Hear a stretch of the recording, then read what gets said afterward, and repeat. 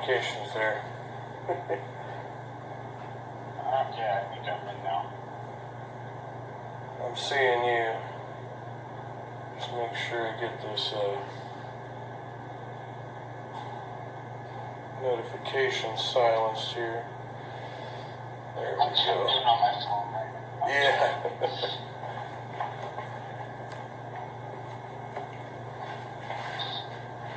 Hey, good to see you, man. Hey, it's good to see you. Yeah, it's been a while. Has been. Yeah. How's everything? How's everything with your family and stuff? Yeah, it's going good. I have a little girl now, but she's growing up fast. Yeah, I hear you. They do that. Well, cool, man. Thank you for coming on. And we're pre-recorded now, but I'm gonna try and run it like we're talking to an audience and stuff like that. Hopefully.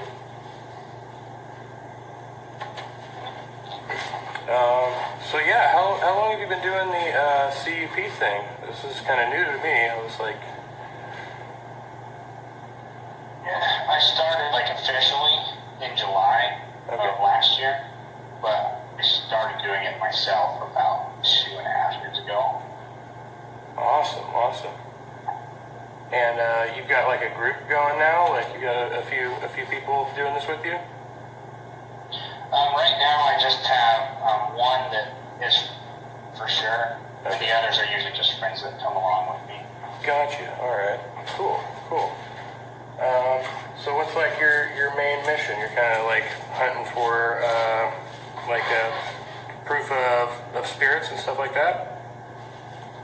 Yeah, basically, or just to see if we can make contact.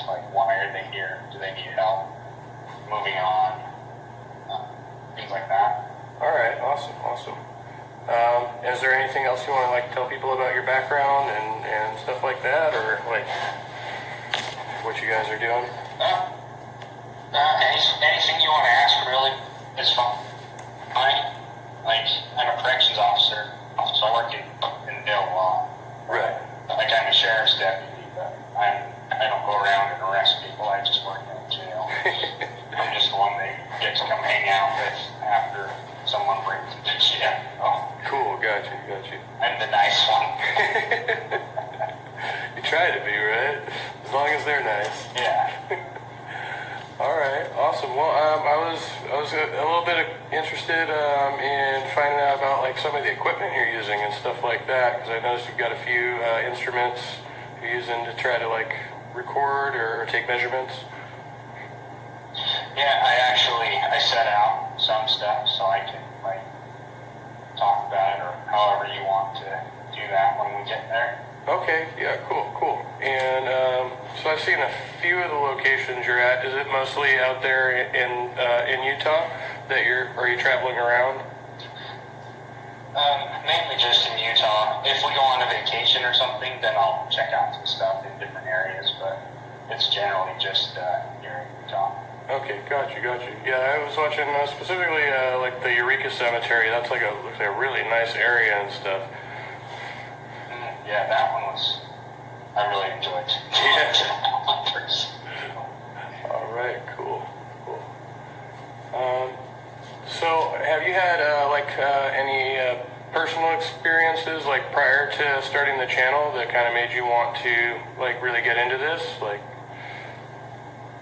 Yes, I had multiple instances from when I was younger up to one that happened to me and my wife in I think it was 2016. It was then that I really started I've always wanted to do this, so I'm just going to do it. And that's kind of the one that really pushed me, because I always wanted to, I just never officially tried, I guess you could say. Right. So was that just kind of a close encounter, or were you guys both obviously had the same experience? Yeah, so she basically got held down and suffocated on bed. Right. And she tried to wake me up, and when she was finally able to say my name, I woke up and it went away. And then I went the husband, go around, turn on all the lights, make sure everything's okay. And I went to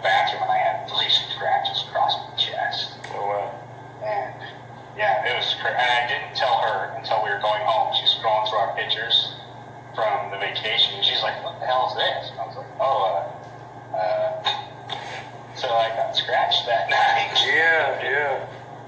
It's kind of something you don't want to start more panic or anything like that, right? Yeah, she was already like pretty stirred up about it, and we still had to stay there for like 3 more days. Yeah. Cool. Well, let's take a look at some of the equipment. I was really interested in the, you got a spirit box. I think I saw one of those.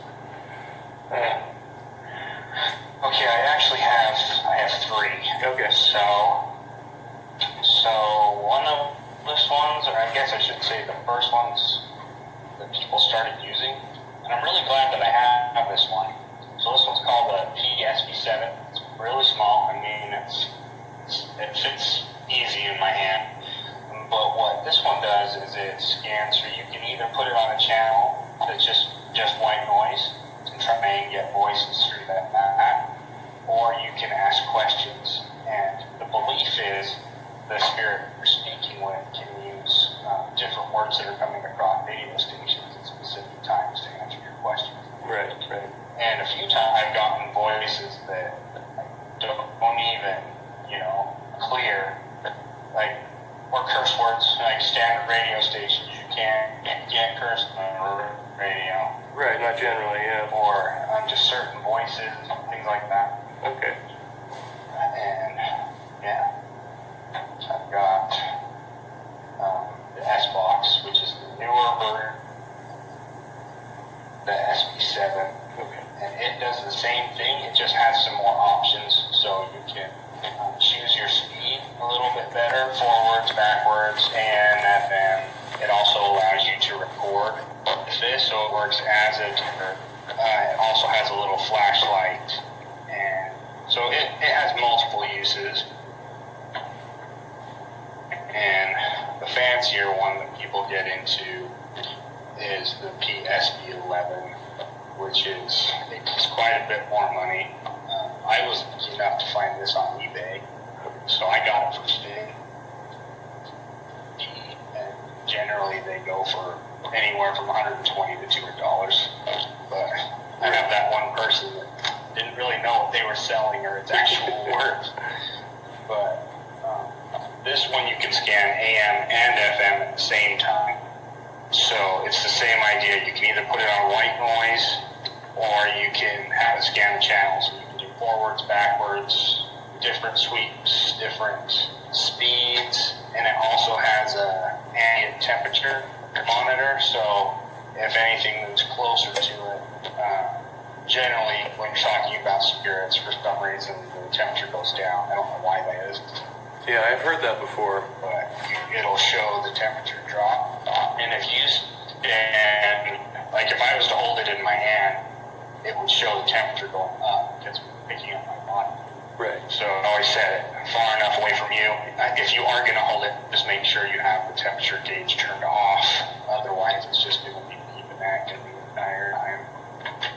Okay, cool. And I don't have it down here with me. It's actually out in my car, but I made different investigators will call different things, but it's basically what they call a portal or a spirit portal. And it'll make sense to you more because it's basically guitar theory. Okay. So you have a couple pedals, you have a noise gate, cuts the static or the noise in the background coming from the device. So you can, if you hear any of these go off, it's this and then you'll hear words in between. So that gets rid of the noise. Right. It's beautiful. Okay. Noise. And then it goes through reverb. So it'll bounce the word back a couple times, so it gives it a good echo, so you can make out what it's saying, and then it just comes through a little amp that I have that's about that big. Excellent. Yeah, I mean, that makes sense as well, because if you're talking about, you're getting a different frequency, especially if you're using that type of pickup system. Mm-hmm. Yeah. Yeah.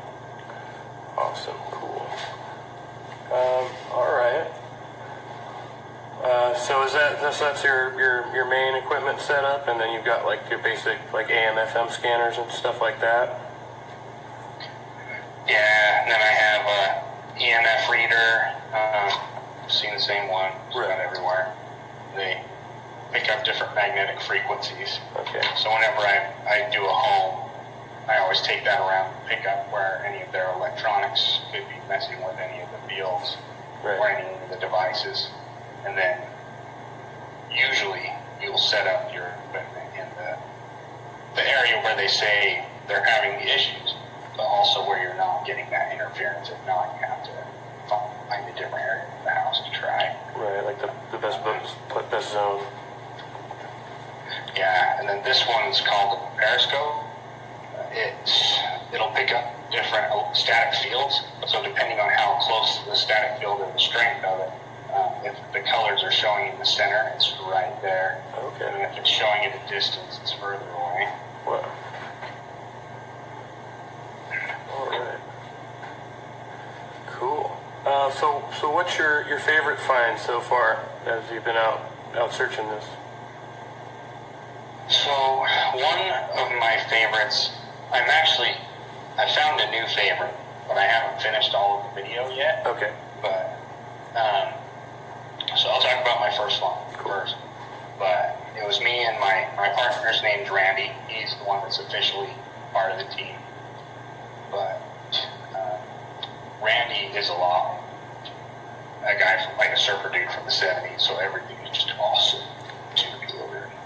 Right. He loves everything. So we get out there and we're going for, just trying. It was our very first time, so we didn't really know what to expect. It's our first time to just locate, and we just felt good about it. And it was a mud fort. Fort Deseret was what it was called. It was a fort that was built in 1850-ish during one of the Native American wars. It could have been the Black Hawk War. But the government refused to help the people that were living there. So they had to build their own fort, number one. And number two, they weren't given any soldiers to assist them, so it was just people living there. Wow. And so we're starting a conversation, and you hear Randy says, "It's us, we're here." And the clear as day, it's a woman's voice, and it sounds like from the same era. It says, "You're here," and we're like, yeah. And Randy keeps talking. He's like, "No, we're here. We just want to be friends. We're just here to talk to you." And right after he said that, it said, "Really?" And it was just perfect, clear as day. So my last one, me and one of my friends, his name's Eric, went out to a cabin that he found us, and he told me, basically, I found this place, let's go and check it out. And we didn't get much during the daytime, but in the evening time, Eric asked a question, and we're not using any of our S boxes, we're not using any spirit boxes. It's just questions, and we have some dowsing rods out in case we want to, see if the spirit can tell us if that was a truthful thing, if that was not. But this came through the audio, and I didn't hear it until today when I was going through it, so we didn't hear it when we were there. But he says, "Is there something you want us to pay attention to?" Good talking to you, man. I know we've had some really interesting conversations in the past, and hopefully we'll continue to do that.